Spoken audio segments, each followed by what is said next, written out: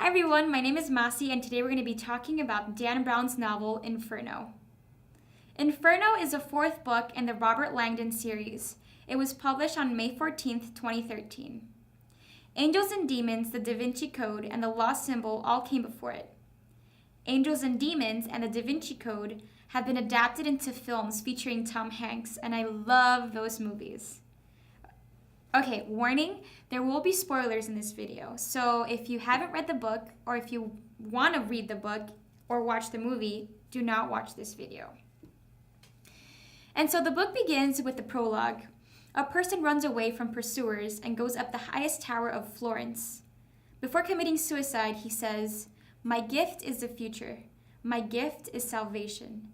My gift is Inferno." And with that, he steps off into his death. So in chapter 1, we're in a dream Langdon is having. A veiled woman says, "Seek and you will find." The woman radiates bright light and explodes, and this is when Langdon awakens. He doesn't know where he is, but is soon approached by Dr. Sienna Brooks. He realizes, when he looks out the window, that he is in Florence, Italy. What's strange is that he doesn't remember anything from the past 2 days. The last thing he remembers was when he was at Harvard. Dr. Sienna says it's amnesia associated with traumatic brain injury and that it should subside soon. Then, a woman arrives. An assassin that works for a secret organization of the consortium. She's after Langdon, but Sienna gets Langdon out an emergency exit just as bullets pierce the walls around them. And they manage to get a taxi. They get back to Sienna's apartment and Langdon sees articles about a girl prodigy cut out from the newspapers. And the girl prodigy is obviously Sienna. Langdon then finds a cylinder labeled biohazard in the lining of his jacket. He calls the U.S. consulate and is told to give them his location. He does, and he sees the female assassin pull up to the location that he gave the consulate, and now he believes that the government wants to kill him. So he has no idea what this thing is, but his fingerprint opens a capsule, revealing a carved bone and a high-tech projector. It projects a picture of Botticelli's Map of Hell. So, clues here and there, and Langdon's clever thinking leads them in the direction of the old city. And there's an obstacle. Team of soldiers and police searching for them. They run away to a construction site, and he examines the Map of Hell again. Of course, being himself, he notices changes to the layers and finds a phrase from the painting, The Battle of Marciano. The painting is in the Palazzo Vecchio, and now the goal is to get there. Using a corridor, they get into the old city and into the palazzo. The director of the museum recognizes him and takes him up the stairs to the painting. Alvarez says that she showed him and Busoni, who is the director of Il Duomo, Dante's death mask the previous night. So they go to where the mask is supposed to be, but it's gone. And Langdon realizes he's retracing his steps from the previous night, even though he doesn't remember anything. So security footage is pulled, and it shows both Langdon and Busoni stealing the mask. They escape the guards and listen to a message Busoni left about the location of the mask. He refers to Paradise 25. They manage to get around the guards, but soldiers arrive. Vayentha, who is the assassin from the beginning, is following them. But at one point, Brooks is able to push Vayentha to her death. Langdon makes a connection between the Paradise 25 phrase and the Florence baptistry. They go there and find the Dante mask along with a riddle from the owner. The owner is a billionaire geneticist named Bertrand Zobrist. Brooke explains that he's a geneticist who advocated to stop the growth of humanity by creating an engineered virus. Suddenly, a man named Jonathan Ferris appears, claiming to be from the WHO. He has a large bruise on his chest and a severe rash on his face, and he helps them escape from the soldiers. They follow the clues which lead them to Venice. Jonathan becomes unconscious, and Brooks says he has massive internal bleeding. Langdon suspects Jonathan has been infected by the engineered plague. Jonathan is retrieved by a group of soldiers, and Brooks escapes. Langdon is taken to the director of the World Health Organization, Dr. Elizabeth Sinsky.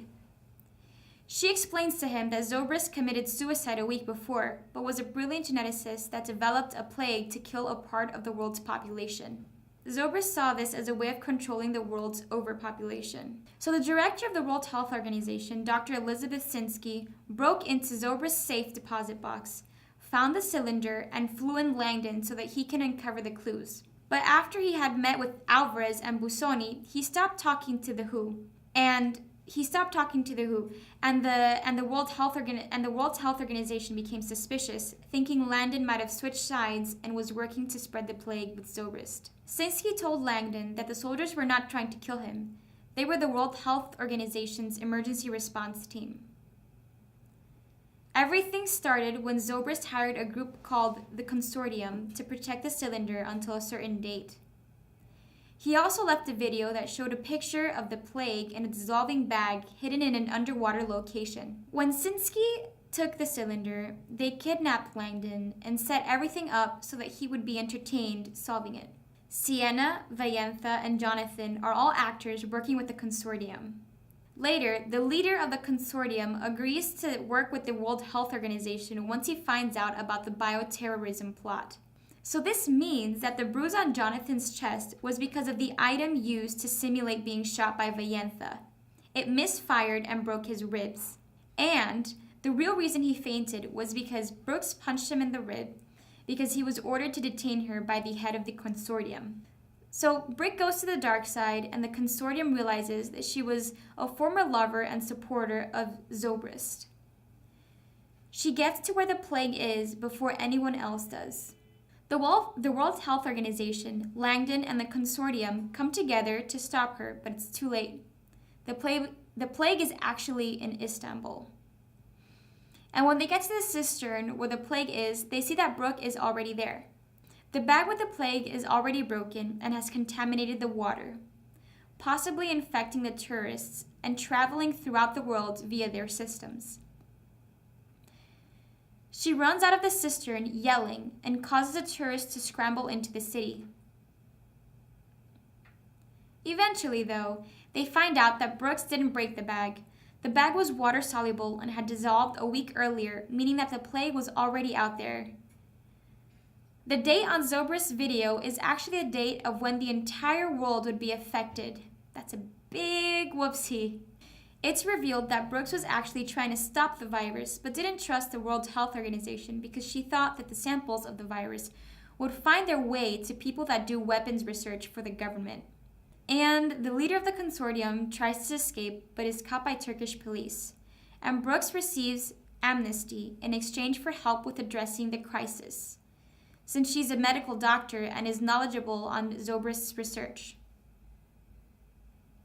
In the end, we find out that the plague is a vector virus that activates to modify DNA, causing sterility in humans, thus reducing the population. They decide not to reverse Zobrist's plan because it would be too difficult and dangerous to do that. You can't change the human genome back. And that's all for today. Thanks for watching.